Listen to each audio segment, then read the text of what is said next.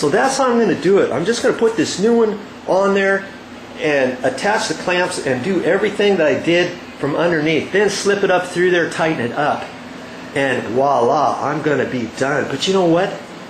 Your issue might not be the same. Just because I found water going through there and all that doesn't necessarily mean that your air gap is bad. If you can lift it up there and tweak it straight and tighten up your plastic nut without it stripping, and if it's still bubbling water out of there when you run the dishwasher, guess what? You might have another issue.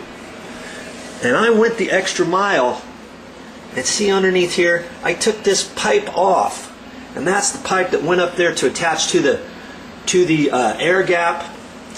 And you see, here's one part that attaches to the big side of the air gap. Here's the drain line right here for the dishwasher. It zips up this way, and then it circles back down over here, and it goes back behind the dishwasher. Okay? And sometimes what happens is this big pipe here could get full of sludge and food particles and all that, and it could fill this up before it gets into the garbage disposal. See, here's the garbage disposal connector, and that's where this goes back on there. And then this pipe here, I got to zip it back up, and it's going to go swing up this way, back up to the air gap. Okay? Well, sometimes this could be filled up with food. So if you get water coming out of your air gap, you might want to just, as simple as taking this off.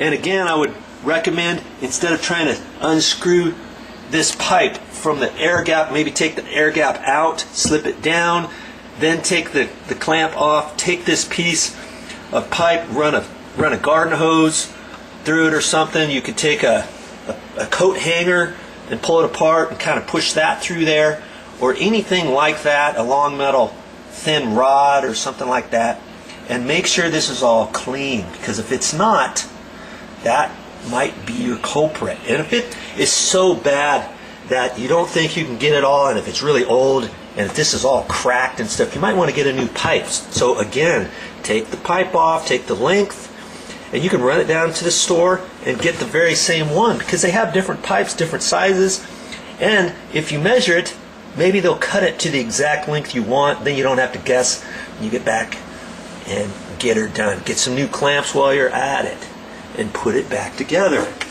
Make sure right here where it goes into the garbage disposal that this is clear, because sometimes this gets packed with food too. And maybe that's your issue. Maybe you did potato peelings or something, you know, and somehow after you were running the garbage disposal, they flung up and got all caught and sandwiched right up into there. And maybe you just have to clear that.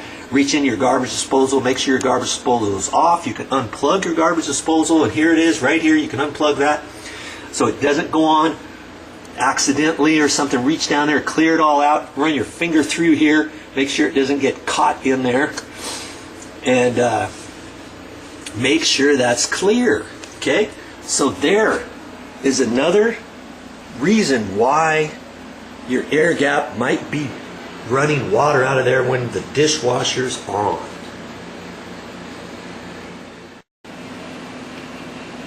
Now here's a suggestion for you too. Sometimes you might find a leak at the bottom. Maybe it's not leaking through, the same problem that this one has, but maybe you find right in here the clamp is loose or something, and you can't really get to it because you're up underneath the sink on your back, way up high, trying to get your screwdriver in there and stuff. And you find out that a clamp right here is not turned properly, and you can't really tighten it up. You don't have the right type of adapter to fit on there for a little socket, and you don't have enough room in there to get a socket anyways, and even if you did, maybe the tip is all rusty. Well, you know what you can do? Instead of doing all that, think about taking your air gap off all the way, because when it's on the counter here like that, all you have to do is pop the top off and undo the nut, okay, that's held right here. Unscrew that, and then this whole thing, zip, just push it down, and it will slide down underneath the sink, and then you can reach it, and you'll have plenty of slack underneath there to get the clamp off and do your stuff. Then slip it all back together poke it up through there, tighten it up, and put your top cap on, and zingo, you're done.